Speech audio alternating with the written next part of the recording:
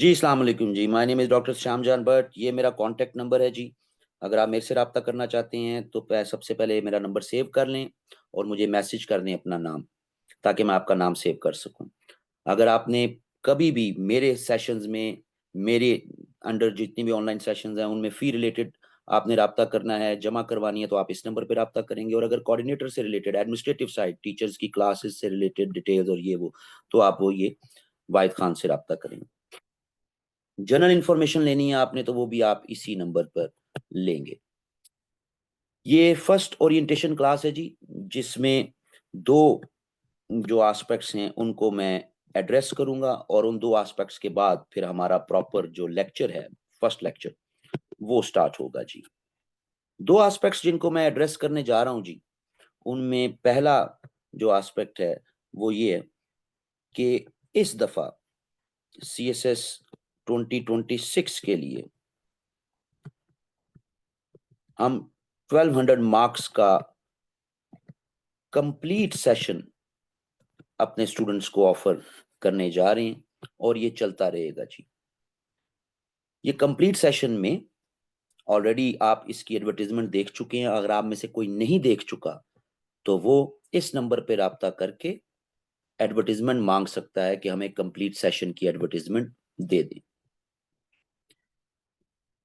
1200 marks में all 600 marks के compulsory हैं जी, 600 मार्क्स के ऑप्शनल हैं, ऑप्शनल्स की डिटेल्स भी हैं और मैक्सिमम ऑप्शनल्स जो है वो कवर करवाए जाएंगे जी। इस सेशन की जो फी है वो 19,900 पर मंथ है और इसका ड्यूरेशन जो है वो 4 मंथ्स है। लेकिन हमने स्टूडेंट्स के लिए कि जो अर्ली एनरोलमेंट करवाना चाहते हैं, हमने उनके लिए ये फी 50% इसमें डिस्काउंट रखा है जी। हर साल जब भी मैं मार्च के महीने में अपने सेशंस स्टार्ट करता हूं तो मैं ये डिस्काउंट्स ऑफर करता हूं उन स्टूडेंट्स के लिए जो मेरे पे ट्रस्ट करते हुए साल के शुरू में ही मुझे ज्वाइन करते हैं। मीनिंग देयर बाय कि अगर आप इस कंप्लीट पैकेज को ज्वाइन करते हैं तो आपने सिर्फ 9,950 पर मंथ आपने फी पे करनी है।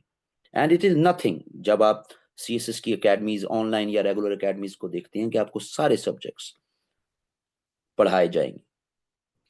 इसमें 2 मंथ्स 2 मंथ्स के सेशंस, यानी 2 मंथ्स में आपके कंपलसरी के क्लासेस होंगी और 2 मंथ्स में आपकी ऑप्शनल्स की क्लासेस होंगी। तो आप 4 मंथ्स का ये सेशन होगा। जो स्टूडेंट्स इसको अर्ली ज्वाइन करेंगे, जिनमें आप में से काफी स्टूडेंट्स ने इसकी फी ऑलरेडी फर्स्ट मंथ की हमें पे कर दी हुई है, तो उन्हीं के लिए ये जो आज 3 मार्च से हम सेशन शुरू कर रहे हैं, हमारी ये एक फाउंडेशनल कोर्स का, ये ऐसे तमाम स्टूडेंट्स के लिए फ्री है जी। आप में से अगर किसी स्टूडेंट ने सिर्फ फाउंडेशनल कोर्स की फी जमा करवाई है जो कि 4900 थी, लेकिन अगर वो चाहता है कि वो इस 4 मंथ के सेशन में को ज्वाइन करना चाहता है, तो वो जस्ट रिमेनिंग फी पे करके अपनी फर्स्ट मंथ की उसकी एनरोलमेंट हो जाएगी और बाकी भी वो इसी तरह 3 और फीसें देगा और पढ़ लेगा। लेकिन जो सिर्फ फाउंडेशनल कोर्स पढ़ना चाहते हैं वो 4900 फी पे करेंगे। इसमें याद रखिएगा कि ये जितने ऑप्शनल्स हैं, इनमें जो मेजर ऑप्शनल्स हैं, जैसे कि पॉलिटिकल साइंस हो गया, जैसा कि आईआर हो गया, मेजर ऑप्शनल्स हैं, ये तो हैं ही हैं, ये तो होंगे ही होंगे। लेकिन इन केस अगर 20 या 20 से ज्यादा स्टूडेंट्स, जो हम अपना परफॉर्मा स्टूडेंट्स के साथ शेयर करते हैं, वो हमें कहते हैं कि जी हमने इकोनॉमिक्स पढ़नी है, तो अगर मिनिमम 20 स्टूडेंट्स, अभी तक हमारे पास इस सेशन में को लगभग 190 प्लस रजिस्ट्रेशंस हो चुकी हैं जी ऑलरेडी। सो हमने ये फी पैकेज रखा हुआ है फर्स्ट 300 स्टूडेंट्स के लिए। यानी पहले 300 स्टूडेंट इस 50% डिस्काउंट को अवेल कर सकते हैं, उसके बाद नहीं होगा।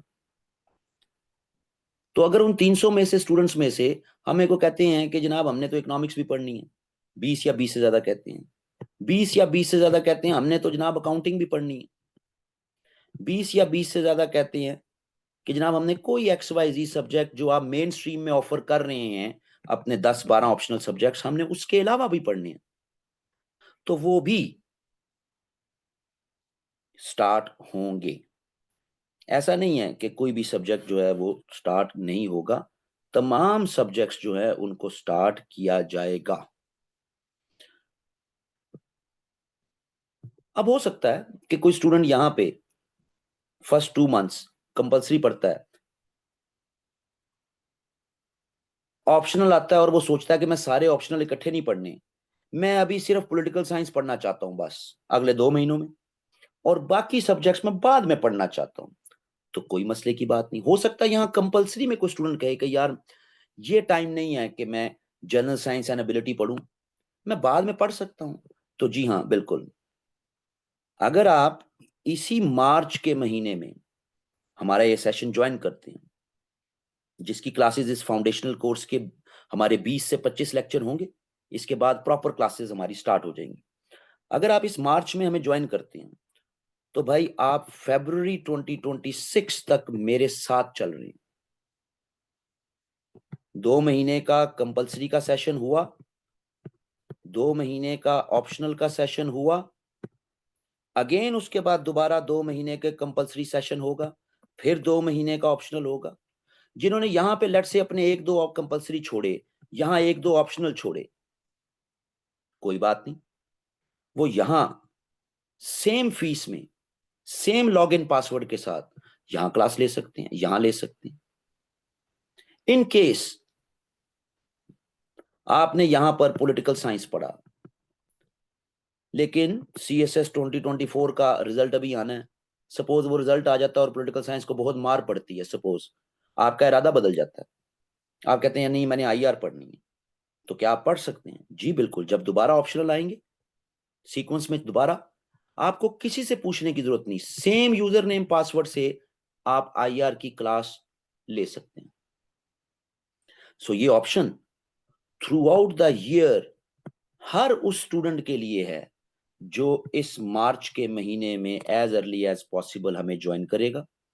एक तो उसको फी कंसेशन भी है, शर्त यह है कि वो फर्स्ट 300 में फॉल कर जाए, उसके बाद हम क्लोज कर देंगे, और वो थ्रू आउट द ईयर जो मर्जी क्लास पढ़ ले उसका एक ही डेडिकेटेड यूजर नेम पासवर्ड होगा जी। As far as mock papers are concern, इन तमाम बच्चों की कोई सेपरेट इनसे फी नहीं ली जाएगी, ये सब हमारे मॉक में एंटाइटल होंगे। वैसे हम जब मॉक लेते हैं अपने साल के एंड में तो हम फी चार्ज करते हैं, लेकिन इन तमाम बच्चों से कोई फी चार्ज नहीं होगी। ये तमाम बच्चे एंटाइटल होंगे मेरे उन तमाम एसेस के डिटेल्ड कंटेंट जो मैंने 2023 में पढ़ाए, 2024 में पढ़ाए। कोई 70 के करीब एसेज का कंटेंट जो मैंने 2023 में, कोई 50 से 60 एसेज जो मैंने 2024 में करवाए अपने स्टूडेंट्स को। ये तमाम बच्चे मेरे तमाम करंट अफेयर्स के लेक्चर्स जो 2023 के थे और 2024 के थे, ये टाइप फॉर्म में है जी, सारी बुकलेट फॉर्म में, ये सब अवेलेबल होंगे फ्री। क्यों अवेलेबल करवा रहा हूं मैं ये? ताकि मैं एज अ टीचर भी आपको पिछले साल की चीजें रिपीट ना पढ़ाऊं, मैं हर साल अपने कंटेंट अपने टॉपिक्स चेंज करता रहता हूं, तो ये भी आपको फ्री मिलेंगे, जिनको आपने देखना जरूर है, क्योंकि यू नेवर नो, आजकल ऐसा ही हो रहा है कि 4-4 5-5 साल पुराना टॉपिक उसको दोबारा पूछ लेते हैं। करंट अफेयर में भी ऐसे के कॉन्टेक्स्ट में भी कोई ना कोई पुरानी चीज दोबारा पूछ लेते हैं। सो ये तो थी जी मेरे एंड पे आपको बताने वाली बातें, बिल्कुल क्लियर कर दी। आप में से वो लोग जो इंटरेस्टेड हों इसको ज्वाइन करने के लिए, वो इस नंबर पर राब्ता करके एडवर्टाइजमेंट भी डिमांड कर सकते हैं, और आपने कंसेक्यूटिव 4 फीसें देनी है जी, कंसेक्यूटिव 4 फीसें। ऐसा नहीं होगा कि आप अभी मार्च में फी पे कर दें और फिर आप अप्रैल में फी पे कर दें और फिर आप स्टॉप कर दें 3-4 महीने, और फिर आपको याद आ जाए कि हाँ जी मई जून जुलाई अगस्त गुजर गया, फिर आप कहें जी मैंने सितंबर में वो पहले दी थी, तो आप दोबारा, द मोमेंट आपको 4 कंसेक्टिव फीसें जमा करानी है जी, आप 4 कंसेक्टिव फीसें जमा करवाएं, आप पूरा साल पढ़ेंगे जी, अपनी आप मर्जी के साथ जो मर्जी सब्जेक्ट पढ़ना चाहें आप पढ़ सकते हैं। सो ये तो थी जी मेरे एंड पे एक ब्रीफ सी आप लोगों के लिए वजाहत। मेरी कोशिश यही होती है कि मैं मैक्सिमम कम से कम फीस में, अब जाहिर है मैंने जब ऑप्शनल सब्जेक्ट्स या कंपलसरी करवाने हैं, तो हाँ एक बात और याद रखिएगा जी, मैं जो सब्जेक्ट्स पढ़ाऊंगा इस 1200 मार्क्स के सेशन में, जो मेरे सब्जेक्ट्स होंगे जिनको सोलली मैं पढ़ा रहा हूँ अपने स्टूडेंट्स को, कंपलसरी में आ जाएं तो कंपलसरी में मैं करंट अफेयर्स की क्लासेस मैं ले रहा हूँ, पाक अफेयर्स की क्लासेस मैं खुद ले रहा हूँ, और ऐसे का आइडियाज एंड आर्गुमेंट्स जो स्टूडेंट्स मुझे जानते हैं उन्हें मालूम है कि आइडियाज एंड आर्गुमेंट्स में मैं कैसे तैयार कराता हूँ। अच्छा, इसके अलावा इंग्लिश एसे की क्लास सेपरेट होगी, इसके अलावा कंपोजिशन की भी आपकी क्लास सेपरेट होगी। ये साथ एडिशन है कि आपको रेडीमेड टॉपिक्स बने बनाए मिलेंगे। इंग्लिश एसे की टीचर अलहदा काम करवा रही होगी, कंपलसरी की अलहदा काम करवा रही होगी, लेकिन मैं कंटेंट भी डेवलप करवा रहा हूँ। और जहां तक ऑप्शनल्स की बात है, फॉर द फर्स्ट टाइम इस साल से पॉलिटिकल साइंस भी मैं खुद लीड करूंगा, मैं खुद पढ़ाऊंगा ऐसे स्टूडेंट्स को जो मार्च से ज्वाइन कर लेंगे इस सेशन को। मैं आईआर पढ़ाऊंगा, यूएस और यूरोपियन हिस्ट्री, ये मेरे सब्जेक्ट्स होंगे जो इस 1200 मार्क्स के पैकेज में मैं खुद पढ़ा रहा हूँ। अब जाहिर है सारे इकट्ठे नहीं पढ़ा रहा हूँ, मैनेज ही नहीं कर सकता, ह्यूमनली पॉसिबल नहीं। जब कंपलसरी का सेशन होगा तो मैं ये सब्जेक्ट पढ़ा रहा हूँ 2 महीनों के लिए, और जब ऑप्शनल्स का सेशन आएगा तो फिर मैं ये सब्जेक्ट्स पढ़ा रहा हूँ। तो मैंने भी अपना एक बैलेंस टीचिंग बैलेंस रखी है कि मैं भी ओवरलोड ना हो जाऊं, और स्टूडेंट्स भी ज़्यादा इतने सारे सब्जेक्ट्स एक साथ नहीं पढ़ाए जा सकते, तो मैंने भी अपना वर्कलोड को बैलेंस किया हुआ है। ये है जी, जो बच्चे इनको ज्वाइन करना चाहते हैं वो सिर्फ 9,950 पर मंथ 4 मंथ्स के लिए 4 कंसेक्टिव फी जमा करवाएं और वो इस सेशन को अवेल कर सकते हैं। अगेन, जिन बच्चों ने लेट ज्वाइन किया है अपने नाम के साथ मुझे मैसेज कर दें ताकि आपका रिकॉर्ड मेरे पास हो। आप कभी भी कोई स्टडी से रिलेटेड बात पूछना चाहें, बात करना चाहें, चाहे मेरे स्टूडेंट बनना चाहते हैं नहीं बनना चाहते, मोस्ट वेलकम, आप रब्ता कर सकते हैं। यहां तक तो होगी जी एक बात। अब कर लेते हैं दूसरी बात। दूसरी बात यह कि अभी का जो आपका सिलेबस है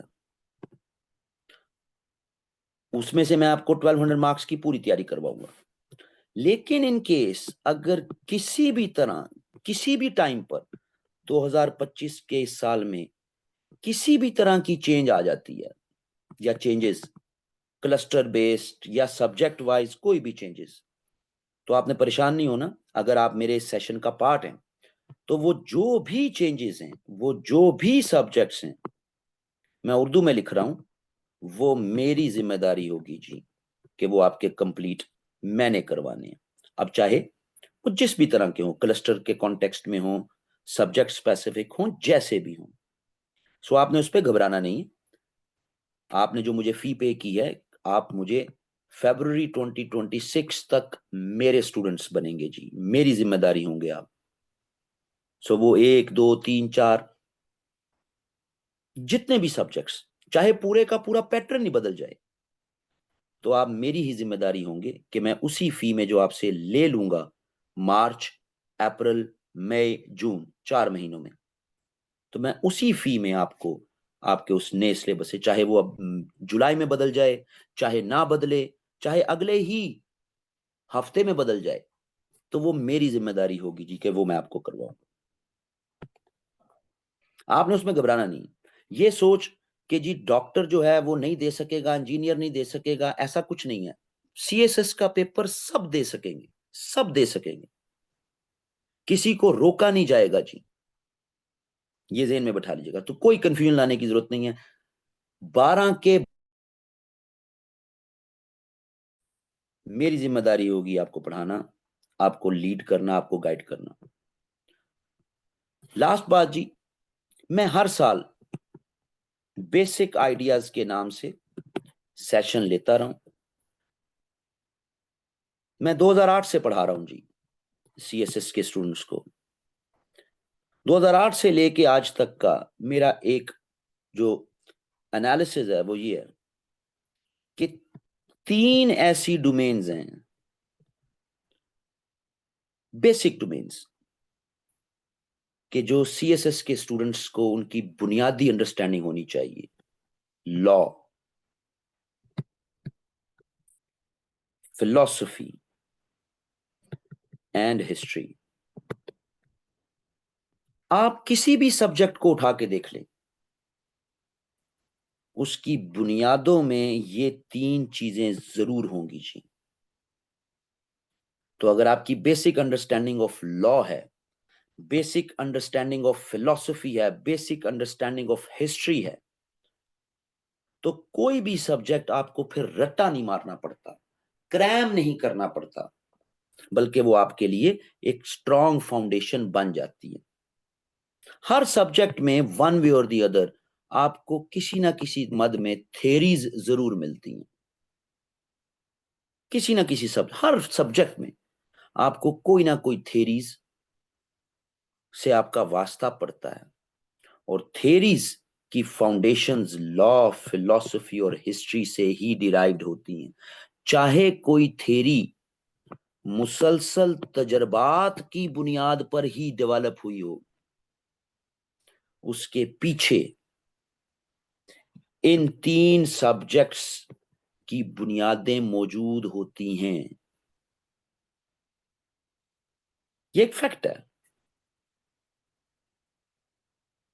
इसे कोई डिनाई नहीं कर सकता। इवन लेट अस अज्यूम कि आपका सिलेबस चेंज हो जाता है और क्लस्टर सिस्टम आ जाता है, जिसके चांसेस बिल्कुल कम है, ना होने के बराबर है, लेकिन अगर आ जाता है, तो यहां भी आपने जो सब्जेक्ट्स लेने हैं, उन सब्जेक्ट्स की जो जो नेचर है, उसमें भी आपको लॉ, फिलॉसफी, हिस्ट्री, जैसे गवर्नेंस का पेपर हो गया, जैसे एडमिनिस्ट्रेशन का पेपर हो गया, तो इन सब्जेक्ट्स के बगैर आप नहीं चल सकते जी, इन इन बुनियादी 3 सब्जेक्ट्स की बुनियाद पे। सो ये जो मेरा आपके साथ नेक्स्ट 20 से 22 डेज हैं हमारे, इनमें जो हम बातें करेंगे, ये हमारी सीएसएस के स्टूडेंट की एक बेसिक्स, उसकी बुनियाद बनाने के लिए बहुत जरूरी है। अगर आप मेरा सेशन नहीं लेना चाहते और आप कहते हैं नहीं, हमें बस कुछ बुक्स बता दें जिनसे हम अपनी बेसिक अंडरस्टैंडिंग बना लें, हिस्ट्री के कॉन्टेक्स्ट में आप बीवी राव की किताब ले सकते हैं, वर्ल्ड हिस्ट्री। बड़ी आसान सी छोटी सी किताब है, आप उससे एक दुनिया की हिस्ट्री आपकी एक सामने आप क्लियर हो जाती है, अंदाजा हो जाता है आपको कि दुनिया में क्या होता रहा और अब क्या हो रहा है। अगर आप फिलॉसफी के कॉन्टेक्स्ट में जाना चाहते हैं, तो जोस्टेन गार्डर का एक नॉवल टाइप किताब है, सोफीज वर्ल्ड। इसको आप पढ़ें, आपको फिलॉसफी, मुख्तलिफ फिलोसोफर्स की बातें आसान अल्फाज में मिल जाती हैं। और जहां तक बात है लॉ की, तो लॉ के कॉन्टेक्स्ट में Britannica guide to theories and concepts के नाम से ऑनलाइन अवेलेबल है किताब, इसको ले लें। या आप एनसाइक्लोपीडिया ऑफ सोशल साइंसेज, ये भी ऑनलाइन अवेलेबल है जी, पीडीएफ में पड़ा है, फ्री पड़ा हुआ, आप डाउनलोड कर सकते हैं, आप उससे अंडरस्टैंडिंग बना सकते हैं, अगर आप मेरा सेशन नहीं लेना चाहते। अब हम बात करने जा रहे हैं जी आज प्रॉपर अपने पहले लेक्चर पे। आई एम होपफुल कि आपको अभी तक की जो मेरी बातें हैं वो समझ आ गई होंगी। इन केस आपकी कोई एम्बिग्युइटी है, कोई सवाल है, तो आप मुझे मैसेज कर सकते हैं, वॉइस नोट कर सकते हैं। पहले अपना नंबर नाम के साथ भेज दीजिएगा ताकि मैं सेव कर लूं, तो आप मेरे से पूछ सकती हो। कॉल मत कीजिएगा क्योंकि कुल 9 to 5 तो मैं जाहिर है अपने ऑफिस में होता हूँ, तो वो तो बड़ा मुश्किल हो जाता है। उसके बाद वापस आ रहा होता हूँ, ड्राइवर गाड़ी चला रहा होता है, उसमें सुन लिया, फिर घर आके थोड़ा सा अपनी रीडिंग की, फिर अपनी क्लास लूंगा, तो उसके बाद रात में फिर जाहिर है ऑड लगता है फोन करना, तो उस वक्त में मैं वॉइस नोट सुन के जवाब आपके दे दूंगा, कोशिश करूंगा बीच में भी दे दूं। अब शुरू करते हैं जी अपना प्रॉपर लेक्चर, हम ये फाउंडेशन का जी। ये याद रखिएगा जी कि जब आप लॉ की बात करते हैं ना जी, तो लॉ में हमें जब मुख्तलिफ सब्जेक्ट्स को हम पढ़ रहे होते हैं, हमें कोई इसको कोई बहुत ज्यादा कॉम्प्लिकेट करके नहीं समझना, बुनियादी बात समझनी है कि लॉ की इंपॉर्टेंस है क्या, लॉ होता है क्या, बेसिकली किन पिलर्स पे खड़ा होता है लॉ। तो हम इंसान, हम जो मुख्तलिफ सब्जेक्ट्स पढ़ते हैं या अपनी डे टू डे लाइफ में हम मुख्तलिफ तरह के लॉज को कन्फ्रंट करते हैं, उनका सामना करते हैं, तो भाई बुनियादी तौर पर हम दो तरह के लॉज के इर्द गिर्द हमारी जिंदगियां घूम रही हैं। अब चाहे आप जेंडर स्टडीज को उठा लें, चाहे आप इन्वायरमेंटल साइंस को उठा लें, चाहे आप पॉलिटिकल साइंस को, आईआर को, किसी भी तरह का लॉ, किसी भी तरह का सब्जेक्ट, वो दो तरह के लॉज के इर्द गिर्द ही घूम रहा होता है। इंतहाई बेसिक बात है जी। एक यूनिवर्सल लॉज और दूसरा ऑब्जेक्टिव लॉज। इन दो के इर्द गिर्द ही मैक्सिमम, हमें और ज्यादा बहुत ज्यादा टेक्निकलिटीज में नहीं जाना, बेसिक्स अपनी बनानी है कि सीएसएस का कोई भी सब्जेक्ट हमने उठाना है तो उसकी बुनियादों में या यूनिवर्सल लॉ फंसा होगा या ऑब्जेक्टिव लॉ फंसा होगा। ये दो लॉ हमारे क्लियर हो जाएं, हमारे लिए सिलेबस को पढ़ना समझना कोई भी सब्जेक्ट हो बहुत आसान हो जाता है। हमने इन्हीं को समझना है। हमने कोई डिफाइन लॉ, तो types of law, importance of law, ये हमारे किस काम का, कि जिससे हमें हमें तो ऐसी चीज समझनी है कि जिससे कल को अगर हम कोई सब्जेक्ट ओपन करें तो उसके इंट्रोडक्शन में हमें ये कहता क्या बात समझ आ जाए कि ओहो अच्छा ये तो सब्जेक्ट खड़ा ही यूनिवर्सल लॉ पे है, आप पे पूरी पिक्चर क्लियर हो जाएगी। आगे ओहो ये सब्जेक्ट तो खड़ा ही ऑब्जेक्टिव लॉ पे है, पूरी पिक्चर ही क्लियर हो जाएगी, बात खत्म। सो इस तरह मैंने बेस बनानी है आपकी, कि आपको जब आप मुख्तलिफ सब्जेक्ट्स में घुसेंगे ना पढ़ने के लिए, तो आपको अंदाजा हो जाएगा कि ओहो ये तो रट्टे मारने की जरूरत ही नहीं है, चीजें तो हल में है, मसला ही कोई नहीं। ये हमारे 3 से 4 लेक्चर्स, ये लॉ, यूनिवर्सल लॉ और ऑब्जेक्टिव लॉ की जो सेग्रीगेशन है, और फिर इनके दरमियान इनको जो हम गैर जरूरी तौर पर फिर जोड़ने की भी कोशिश करते हैं, कनेक्ट करने की भी कोशिश करते हैं। आप सोचते हैं ना दुनिया में कई बड़ी बड़ी ट्रीटीज हुई बड़े अमन की, ये पेरिस एग्रीमेंट भी इन्वायरमेंटल साइंस वालों, जिन्होंने इन्वायरमेंटल साइंस रखनी, पेरिस एग्रीमेंट हुआ, क्या हुआ, क्यों नहीं कामयाब हुआ? हम कहते हैं ओहो यार उसकी जो बुनियादें थी ना वो बेसिकली यूनिवर्सल लॉ में थी, और यूनिवर्सल लॉ में प्रैक्टिकली पॉसिबल नहीं है इसका जो है ना, वो जब हम इंसान जुड़ते हैं ना यूनिवर्सल लॉ के साथ, हम इसका सत्यानाश कर देते हैं। हम इंसानों के लिए ऑब्जेक्टिव लॉ, खैर ये एक हल्का सा आपको एक टीजर सा बताया कि इन्वायरमेंटल साइंस में भी आपको समझने में ये लॉ बड़ी इंपॉर्टेंस देंगे, जो बेसिक बुनियादी सोशल साइंसेज है उनमें तो देंगे ही देंगे। आधे से ज्यादा, बल्कि 70-80% सीएसएस सोशल साइंसेज पे, या इवन अगर क्लस्टर आ भी गया तब भी सोशल साइंसेज पे ही है। दुनिया में जहां पे भी, इंडिया में ले लें, majority of the subjects based उनकी सोशल साइंसेज पे ही है।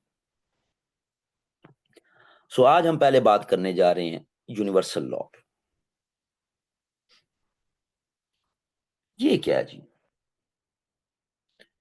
जब आप यूनिवर्सल लॉज की बात करते हैं ना जी, तो ये ऐसे लॉज की आप बात कर रहे होते हैं कि जी जो एब्सोल्यूट है, जो अनचेंजिंग है, एब्सोल्यूट है, अनचेंजिंग। आप यूनाइटेड स्टेट्स में हैं, आप पाकिस्तान में हैं, आप ऑस्ट्रेलिया में हैं, आप एंटार्क्टिका की बर्फ में हैं, यूनिवर्सल लॉ सेम रहेगा जी, वो चेंज नहीं होगा जी। आप किसी अफ्रीका की सोसाइटी में हैं, आप किसी इंडिया की सोसाइटी में हैं, आप किसी यूरोप की सोसाइटी में हैं, यूनिवर्सल लॉ एब्सोल्यूट है, अनचेंजिंग है जी, ये नहीं बदलते।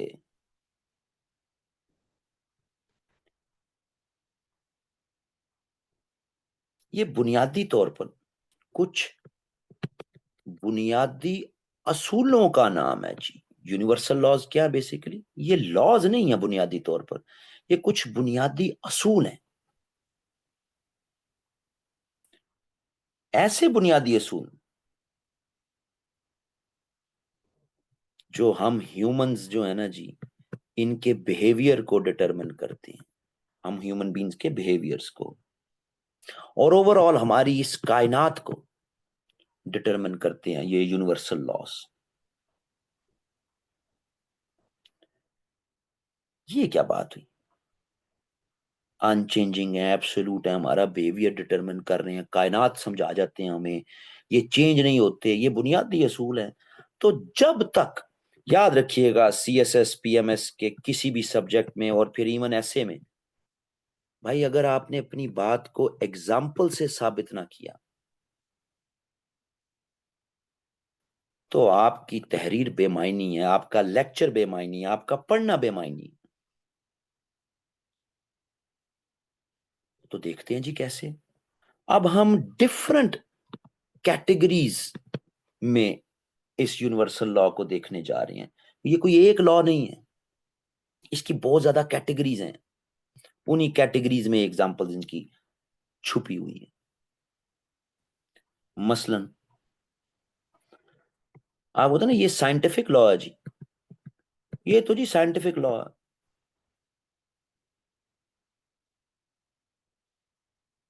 साबित हो गया जी, साइंटिफिक लॉ ऐसा ही होना है, ये बदल नहीं सकता जी। इस जमीन पर आप जहां मर्जी चले जाएं, लॉ ऑफ ग्रेविटी ऐसी ही रहनी है जी जैसी है, अनचेंजेबल है जी, अनडिनाएबल है जी, एब्सोल्यूट बात है जी। ये हम इंसानों ने डिस्कवर की, हमारे में से एक सियासत साइंसदान ने डिस्कवर की, लेकिन ये scientific law, law of gravity undeniable, ये चेंज नहीं हो सकता जी। ठीक है जी। अब ये साइंटिफिक लॉ आप तमाम साइंसेज में इस्तेमाल कर रहे होते हैं, इवन आर्किटेक्चर में इस्तेमाल कर रहे होते हैं।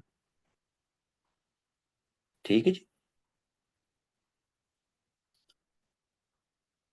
कि भाई अनडिनाएबल ऐसा ही होना है, साइंटिफिक लॉ, ये नहीं बदल सकता, साइंटिफिक लॉ।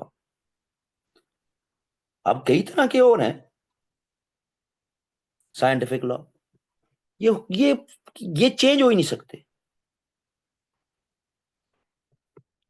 एक बड़ा मशहूर लॉ है जिसको कहते हैं फर्स्ट लॉ, एनर्जी का फर्स्ट लॉ।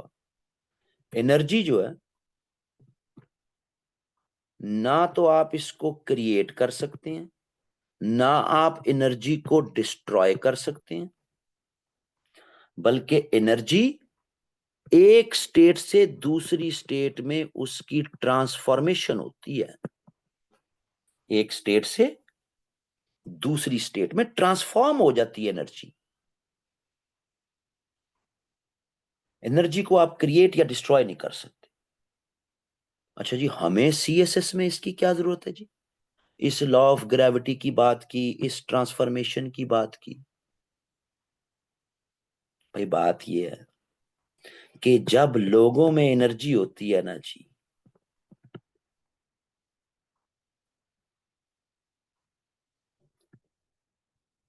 तो बस मुनासिब कंडीशंस की जरूरत होती है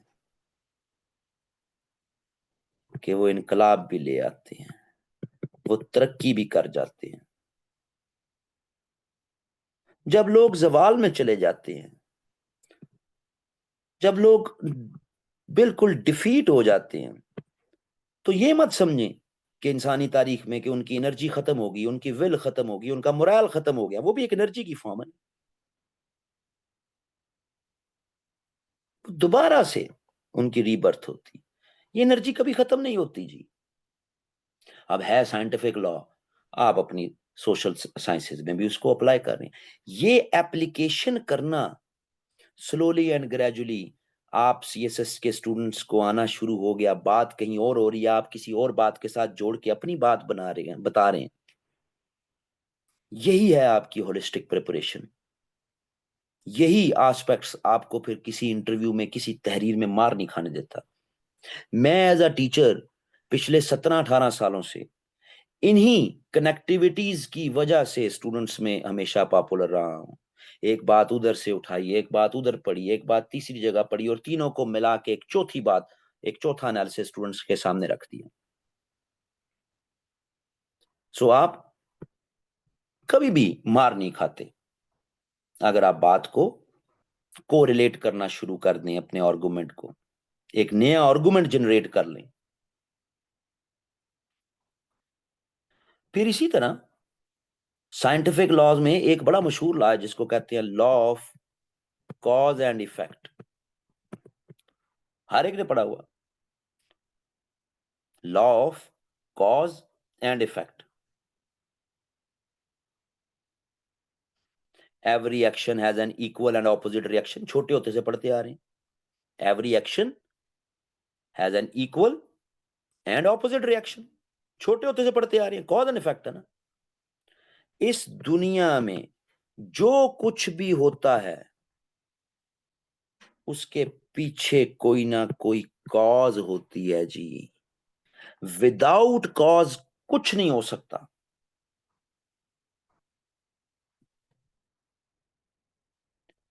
आप एक जेंडर के स्टूडेंट हैं या आप इन्वायरमेंटल साइंस के स्टूडेंट हैं, सपोज, दोनों में कॉज एंड इफेक्ट का इस्तेमाल जरूर होना है। वो जी दुनिया में क्लाइमेट चेंज हो रही है, क्लाइमेट चेंज हो रही है, तो climate change itself is an effect, किसी ना किसी कॉज की वजह से। दुनिया में जी जेंडर इक्वालिटी की बात हो रही है, जेंडर इक्वालिटी की बात हो रही है, तो gender equality is basically an effect of A cause, कि कुछ तो पहले ऐसा होता रहा है जिसकी वजह से अब जेंडर इक्वालिटी की बात हो रही। Everything is linked with cause and effect. Even you and me right now in this class, there is a cause जिसका इफेक्ट है हम इस क्लास में। मैं टीचर हूं, मैंने पढ़ाना है, मैंने फीस लेनी है, यही मेरा ब्रेड एंड बटर है। मुझे पैसे मिलेंगे तो मेरा घर चलेगा, मेरे बच्चे अच्छे स्कूलों में जाएंगे, मेरे बच्चे अच्छा खाना पीना करेंगे, मेरे घर में एक खुशहाली रहेगी अगर मैं पढ़ाता रहूंगा, मेहनत करता रहूंगा। मेहनत करूंगा, अच्छा पढ़ाऊंगा, स्टूडेंट्स और आएंगे और पढ़ेंगे। तो आज मेरे घर में अगर मेरे बच्चे अच्छे कपड़े पहन रहे हैं, अच्छा खाना खा रहे हैं, अच्छे स्कूल में जा रहे हैं, तो इसकी की किसी कॉज की तो वजह से है ना जी, क्योंकि मैं अर्न कर रहा हूं। अच्छा, अब ये तो होगी एक मटेरियलिस्टिक बात, लेकिन cause and effect non material भी हो सकती है जी, गैर मादी, कि कॉज एंड इफेक्ट आपको, आप उसको फील ना कर सकें, लेकिन वो भी कॉज एंड इफेक्ट होती है जी। मसलन देखें जी, बात ये है कि एक इफेक्ट है, आपको अपनी सराउंडिंग में नजर आता है, या अभी जो हमने बात की है इसी पे बात कर लेते हैं। आपको नजर आता है जनाब कि जनाब भट्ट साहब के बच्चे अच्छे स्कूल में जा रहे हैं, इनके घर में अच्छा खाना पीना, अच्छा ड्रेस, सारी बड़ी खुशहाली है जी। तो इसकी कॉज क्या है जी? तो एक तो देख ली ना आपने मटेरियल, कि हाँ जी पढ़ा रहे हैं, अच्छा पढ़ा रहे हैं, उससे 4 पैसे कमा रहे हैं। लेकिन इसी को कोई दूसरा शख्स कॉज एंड इफेक्ट में इस तरह भी देख सकता है कि जनाब ये सोच की वजह से है, ये वो थॉट है, वो सोच जो इत्तेशाम भट्ट को कंपेल कर रही है कि मैंने मेहनत करनी है, मैंने जो गुर्बत देखी हुई है, मैंने जो सफरिंग्स देखी हुई हैं, वो मेरे बच्चे ना देखें, तो मैंने मेहनत करनी है। और उसका इफेक्ट, उस सोच का इफेक्ट बेसिकली जी आपके सामने नजर आ रहा है। आप सब इसी कॉज एंड इफेक्ट में फंसे हुए हैं जी। आप में से कुछ की कॉज है पावर, इफेक्ट क्या है? आप इस वक्त सीएसएस की तैयारी कर रहे हैं। आप में से कुछ की कॉज है सर्व करना है इंसानियत को, आप भी सीएसएस की तैयारी कर रहे हैं। आप में से कुछ की कॉज है कि लड़की जो है वो नहीं मान रही, वो कह रही है सीएसएस करोगे तब मानूंगी, ये भी इफेक्ट है।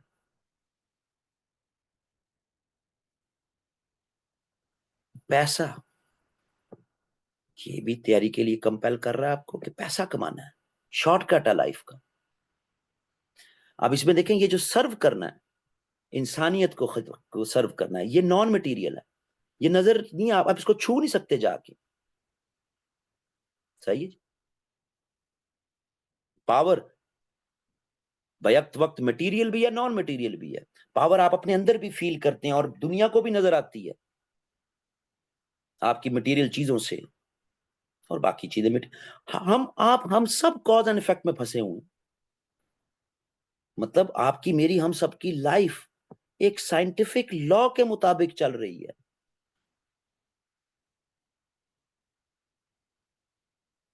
हम में से कुछ होंगे जो कि मैंने प्रूव करना है अपने ओपोनेंट्स को, अपनी फैमिली को, अपने दुश्मनों को, कि जनाब हमारे घर में भी एक सीएसपी है। इनसे बाहर किसकी क्या रीजन है? और अगर किसी की रीजन है तो वो बजाते खुद वो भी तो रीजन ही है ना। तैयारी तो वो इस वक्त हमारी क्लास में बैठा कर रहा है। हम सब कॉज एंड इफेक्ट में फंसे हुए हैं, हम सब साइंटिफिक लॉज में जकड़े हुए हैं।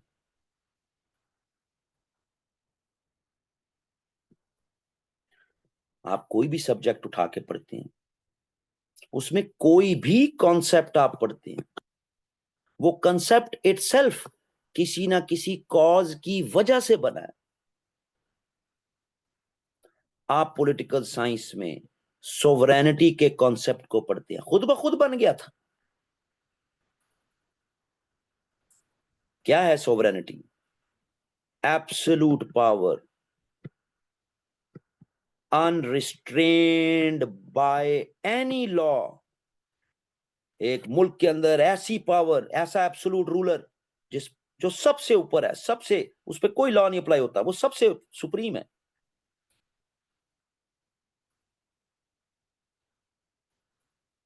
अपने अंदर ये इफेक्ट क्यों? क्योंकि आप इसके पीछे कोई कॉज देखेंगे तो ओहो हो, बड़े बड़े बादशाह छोटे छोटे बादशाहों पर अब डिक्टेशन करते थे। बराबरी होती है जी, सोवरेनिटी, सब एक दूसरे की मान लें तो कोई छोटा मुल्क है बड़ा मुल्क है बराबर हो गए, अमन हो गया जी। तो सोवरेनिटी का आइडिया अपने अंदर एक इफेक्ट है, उन लड़ाइयों की वजह से, उन जंगों की वजह से जो माजी में होती रही, कि यार अगर जंगों से पाक रखना है दुनिया को तो सोवरेनिटी की रस्सी को पकड़ लो।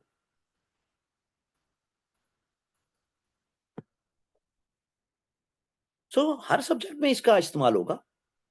हम सब कॉज एंड इफेक्ट में जकड़े हुए हैं, तो हमारे सब्जेक्ट्स भी जिनको हम पढ़ रहे हैं उनमें भी हमें कॉज एंड इफेक्ट में ही कॉन्सेप्ट्स नजर आएंगे। हर टॉपिक को, हर थ्योरी को, किसी भी सब्जेक्ट की आप पढ़ती हैं तो आप उसका बैकग्राउंड थोड़ा सा जरूर पढ़ते हैं, background of that particular concept, background of that particular theory, background of that particular development. तो वो क्या है बैकग्राउंड? कॉज होती है जिसकी वजह से वो कॉन्सेप्ट, वो थ्योरी, वो डेवलपमेंट ने जन्म लिया। जब हमें वो कॉज समझ आ जाती है, हमें वो थ्योरी रट्टा नहीं मारने पड़ते। आईआर में बच्चे आइडियलिज्म को, रियलिज्म को, फ्लानेइज्म को, कंस्ट्रक्टिविज्म को रट्टे मार मार, और एंड में आके जनाब उनको कोई समझ नहीं आती कि हमने एप्लीकेशन करनी कैसे है। क्यों? क्योंकि उनको बैकग्राउंड का नहीं पता होता, बस रट्टे मार लिए।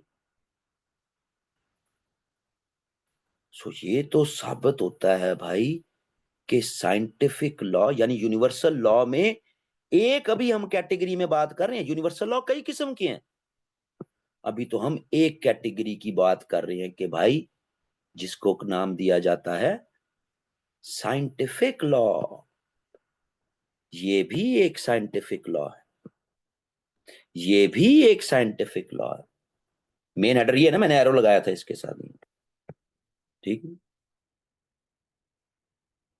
ये तो सारे साइंटिफिक लॉ हैं। फिर एक और साइंटिफिक लॉ भी है, वो भी हमारे सीएसएस के सब्जेक्ट्स में भी हमारे काम आता है, हमारी एवरीडे लाइफ में काम आता है।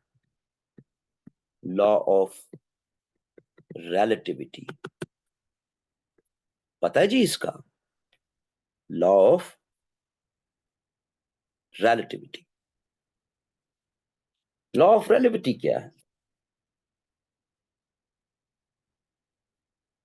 देखिए जी, बात यह है कि हम जिस टाइम में जिंदा हैं, जैसे आज का दौर हमारा, हमारी ये जो स्पेस है, जैसे आज हम इस वक्त साउथ एशिया में हैं, टाइम हमारा ये सपोज 2025 है। लॉ ऑफ रिलेटिविटी साइंस का की डोमेन, साइंटिफिक लॉ, कि भाई ये जो जमानो मकान है ना जी, जमानो मकान, टाइम एंड स्पेस, ये ऑब्जर्वर उसकी रिफ्लेक्शन है जी।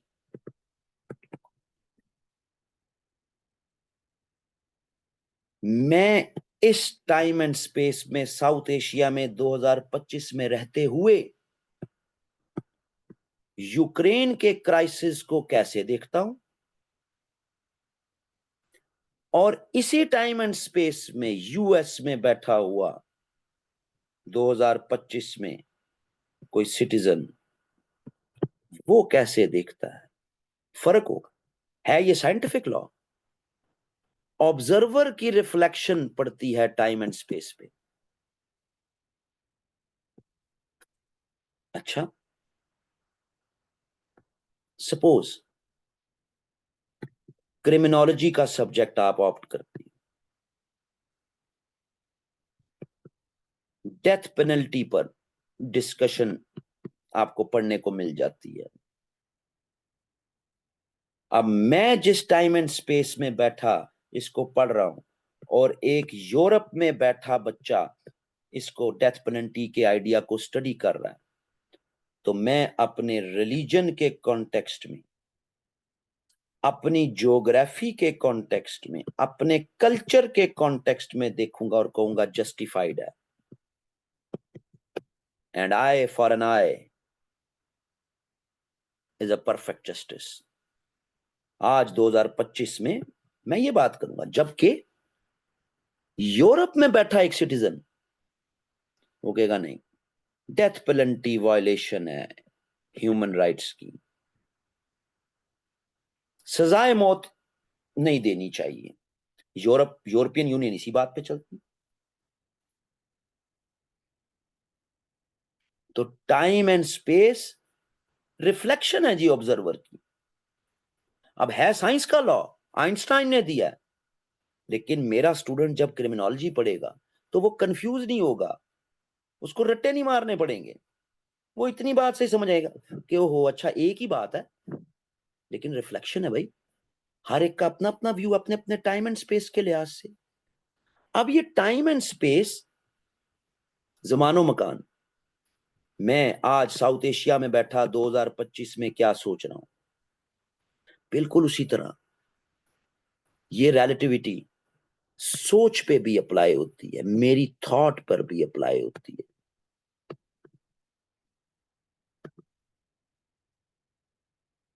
मेरी सोच क्या है उसके मुताबिक मैं रियलिटी को देखूंगा जी, जो कुछ हो रहा है ये क्या बात हुई? देखें जी, आईआर में रियलिज्म क्या है जी, आसान बात में, कि जी स्टेट्स जो है ना जी, वो अपने नेशनल इंटरेस्ट को परस्यू करती, अच्छा जी, आज 2025 में मेरे पास कोई ऐसी एग्जाम्पल है कि जी स्टेट्स अपने नेशनल इंटरेस्ट को परस्यू करने के लिए कुछ भी कर जाती हैं? हाँ जी, है जी। मसलन इजराइल अपने कौमी मफाद में उसने थाउजेंड्स ऑफ पैलेस्टीनियंस उनकी डेथ कर दी जी, उनको मार दिया जी। अब रियलिज्म की थ्योरी कैसे देखेगी कि इजराइल ने तो अपने कौमी मफाद में किया।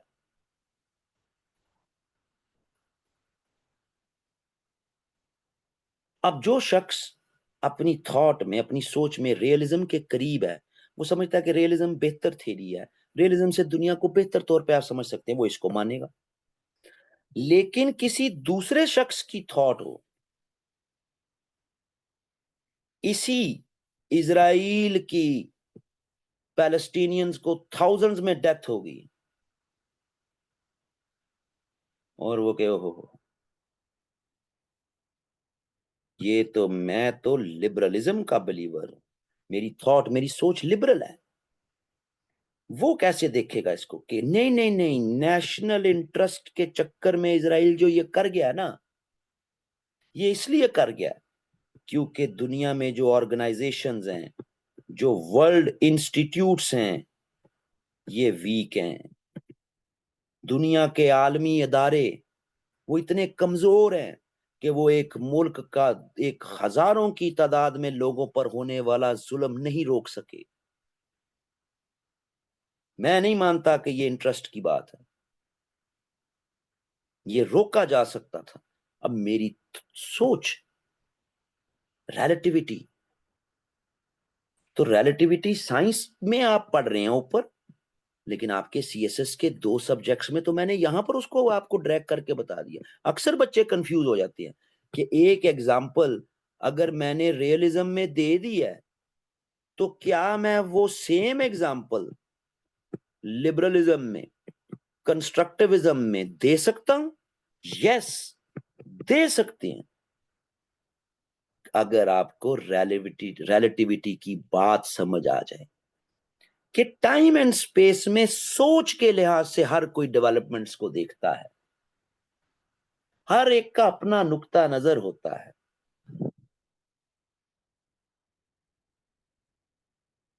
साइंस की लॉ था, आपके की स्टडी में आसानी हो जाती है, कंफ्यूजन नहीं आती, फिर कहते हैं हाँ यार ये बात हो सकती है, ठीक है, हर एक का अपना। कौन सी बेहतर है? जब इतनी ज्यादा रिलेटिविटीज आपके इर्द गिर्द होंगी, तो कौन सी बेस्ट है? इसको ढूंढने मत जाइएगा कभी, क्योंकि बेस्ट वही है जो आपकी थॉट के साथ जुड़ी हुई है, वही बेस्ट है, उसी को आप बेस्ट साबित कर सकेंगे। मेरे कहे पर आप किसी और को साबित कर दें, तो कभी भी आपसे इफेक्टिवली ना कम्युनिकेट हो सकेगा, ना आप लिख सकेंगे। कभी ना भागें इसके पीछे।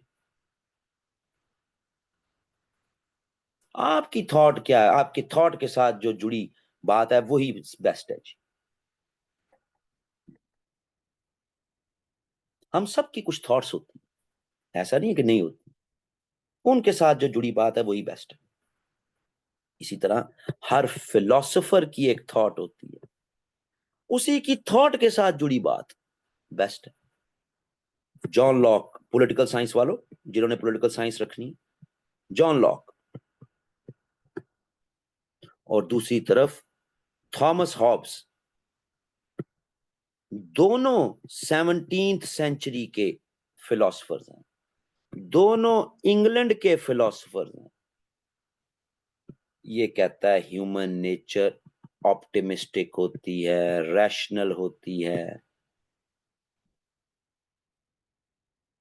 ये कहता है नहीं, ह्यूमन नेचर ब्रूटिश होती है, सेल्फिश होती है। आप कहें हैं ये क्या, एक ये कहता है, ये कहता है, भाई कहने दो, वो अपनी अपनी थॉट के कॉन्टेक्स्ट में बात कर रही। इसने इसी बुनियाद पर अपना सोशल कॉन्ट्रैक्ट दे दिया, इसने अपनी इसी बात पे अपना सोशल कॉन्ट्रैक्ट दे दिया। दोनों सोशल कॉन्ट्रैक्ट्स पॉलिटिकल साइंस में मशहूर हैं कि नहीं? बात साइंटिफिक लॉ और उसमें रिलेटिविटी से हो रही थी, आपके सब्जेक्ट्स में कंफ्यूजन खत्म हो जाती है। ये बेसिक सी अंडरस्टैंडिंग्स हैं, रट्टों से आप बाज आ जाते हैं, आपकी बुनियादें क्लियर हो जाती हैं। लेकिन यूनिवर्सल लॉज अनचेंजेबल। अब आप कहेंगे हैं ये तो चेंज हो रही है, इसके लिए कुछ और है, थॉमस हॉब्स के लिए, जॉन लॉक के लिए कुछ और है, बट उसके लिए तो वो जो बात है वो अनचेंजेबल है ना, उसके नजदीक ऐसा ही है। जॉन लॉक आपको ये नहीं कहता कि हाँ नेचर यूं भी हो जाती है यूं भी हो जाती है, नहीं, वो कहता है ऐसी ही है, उसके लिए अनचेंजेबल है। तो यूनिवर्सल लॉज अनचेंजेबल है। क्या ये सिर्फ साइंटिफिक लॉज के कॉन्टेक्स्ट में बात होगी? इसका मतलब है सीधा सीधा कह दें यूनिवर्सल लॉ क्यों कहते हैं, साइंटिफिक लॉ कह दें? तो जी नहीं, यूनिवर्सल लॉ का सिर्फ एक एस्पेक्ट है साइंटिफिक लॉ। यूनिवर्सल लॉ और भी तरह के हैं, मसलन एथिकल लॉज, इखलाकी एथिकल लॉज, वो भी यूनिवर्सल हैं जी, ये भी यूनिवर्सल लॉ की एक कैटेगरी है, एथिकल लॉज। हम कई सीएसएस के सब्जेक्ट्स में हमें इसका वास्ता पड़ता है, आईआर हो, पॉलिटिकल साइंस हो, जेंडर हो, इन्वायरमेंट हो, क्रिमिनोलॉजी हो, सोशियोलॉजी हो, एंथ्रोपोलॉजी हो, कई सब्जेक्ट्स। हाँ, लैंग्वेज की डोमेन में आपको ये एथिकल लॉज लिटरेचर में, तहरीरों में नजर आते हैं। जो उनको डिविएट करता है तो कहते हैं नहीं नहीं यार ये वाला बंदा ठीक नहीं था यार, ये इसकी तहरीरें ठीक नहीं थी। कुछ किस्मत से मशहूर हो जाते हैं, लेकिन ज्यादातर अपनी अपनी डोमेन की एथिक्स को ही फॉलो कर रहे होते हैं। तो एथिकल लॉज क्या है?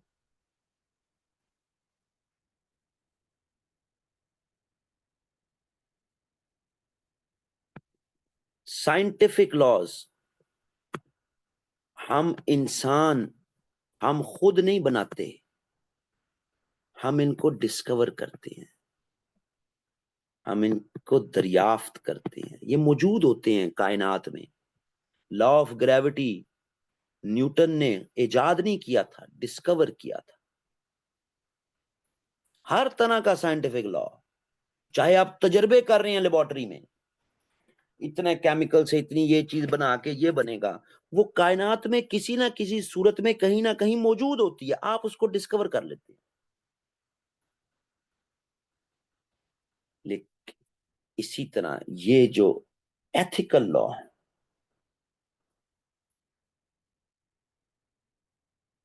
ये भी बियॉन्ड ह्यूमन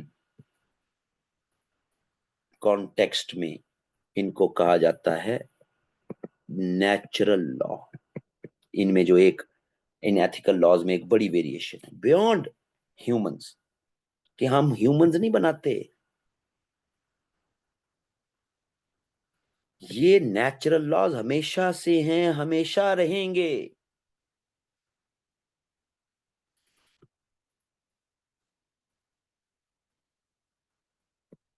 मैं आप हम सब, चाहे कोई काले हैं, चाहे कोई गोरे हैं, चाहे कोई ताकतवर है, चाहे कोई कमजोर हैं, हम सब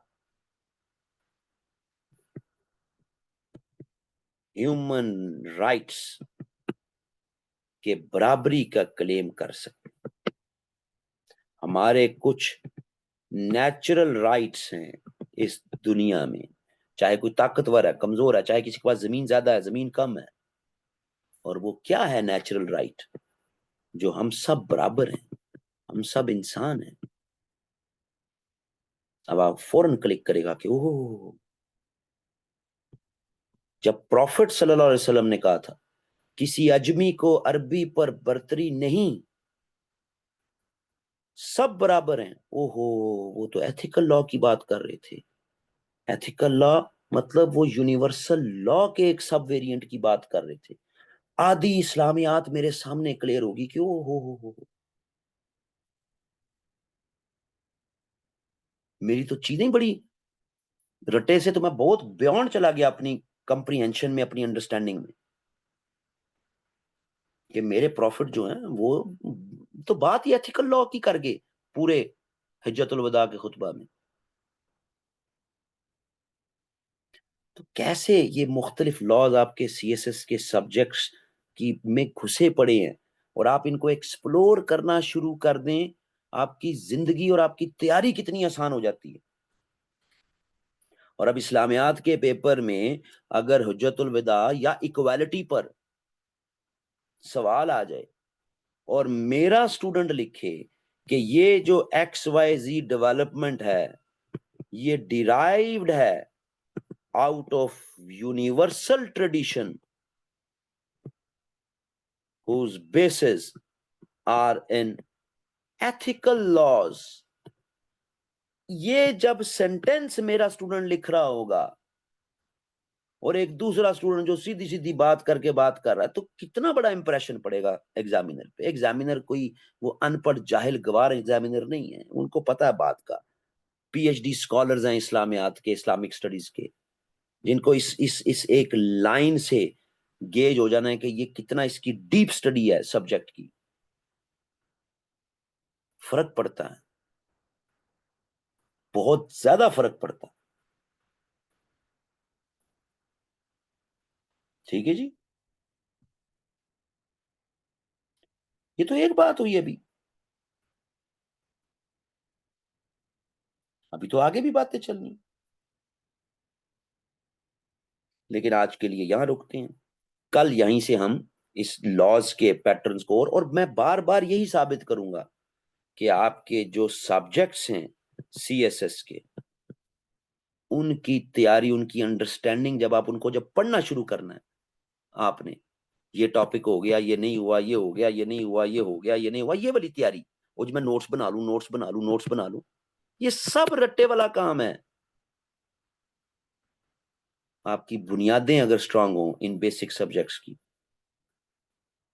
आप इन इस तरह की ट्रेडिशनल पैटर्न में घुसते ही नहीं है, कंफ्यूज नहीं होते। आपको पता, पूछ ले फिर जो मर्जी सवाल।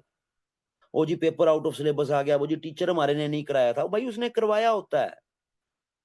आपकी फाउंडेशंस कमजोर होती हैं, या फिर टीचर भी ऐसे होते हैं कि जिन्होंने सिर्फ रटे रटाए टॉपिक करवाए होते हैं, फाउंडेशंस नहीं बनवाई होती स्टूडेंट्स की। सो ये वो एस्पेक्ट्स हैं जी कि जिनको हम जो है वो एक्सप्लोर करेंगे आपके साथ नेक्स्ट 20 to 22 क्लासेस में।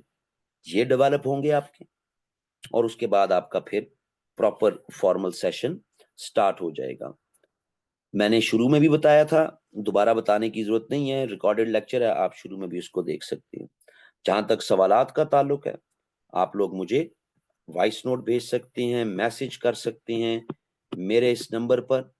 पहले अपना नाम मैसेज कर दीजिएगा ताकि मैं सेव कर लूं, और आप मुझे जो भी आपने स्टडी रिलेटेड जो भी बात करनी है वो आप मेरे साथ जो है वो कर सकते हैं।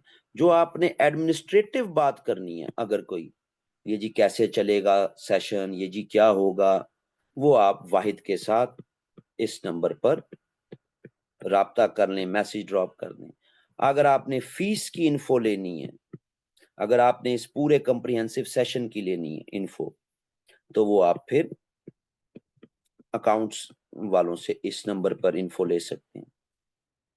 अगर आप ये 1200 मार्क्स का हमारा पूरा सेशन नहीं पढ़ना चाहते, आप ये 50% डिस्काउंट कहते मैंने नहीं लेना, मुझे तो 1 2 3 सब्जेक्ट्स ही पढ़ने हैं बस,